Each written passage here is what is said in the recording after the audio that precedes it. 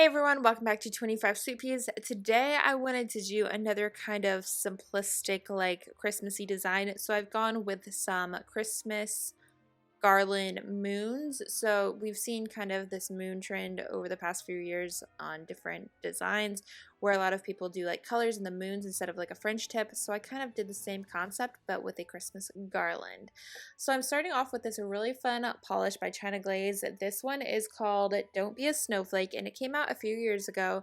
It wasn't necessarily loved by all people, but I really loved it. I mean, it's not the most fabulous formula by any means, but it is just such a fun kind of curly polish filled with holographic glitters of varying sizes, and I just love it and wanted to have some fun with it. So I grabbed it out and applied 2 coats to create the base for this manicure.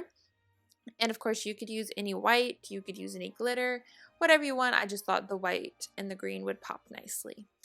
So that actually takes me into the next step. So now I'm going to create the garland, and I'm using the similar method to the method that I used in the penguin wreath manicure, where I used a mossy green, and I'm not doing anything particular. I'm kind of just, for lack of a better word, slapping the green on there in every which way to create a very natural-like look. We've got like little pieces going different directions, so it looks more textured and more like real garland, and I really kind of liked that.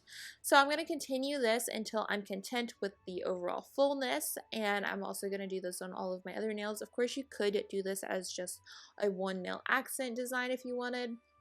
It's completely up to you. Either way, it's going to look really fun. Then you're going to let that dry, and then we're going to move on to the next step. So for this next step, I'm going in with a dotting tool and some red acrylic paint, and I'm just going to put berries every now and then. There is no method to this pattern. I'm just kind of putting them wherever I please.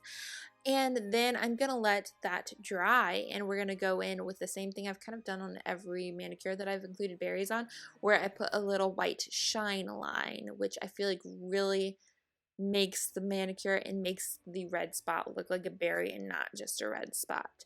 So for this, you do want a really fine brush. I'm using the, wait for it, Orly short detailer brush, because I've used that in every manicure. And there was one berry that I definitely got carried away with and had way too much white on there. So if that happens to you, remember that you are using acrylic paint, and you can go ahead and open that red back up and you can add that in so the red is showing again, because I had that issue and now it's magically fixed off camera.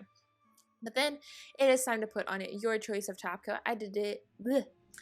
Words. I did decide to go with a shiny top coat for this design. So there is that, and here is your final look at this design. Really simple, really fun, kind of not so in your face, but also very festive.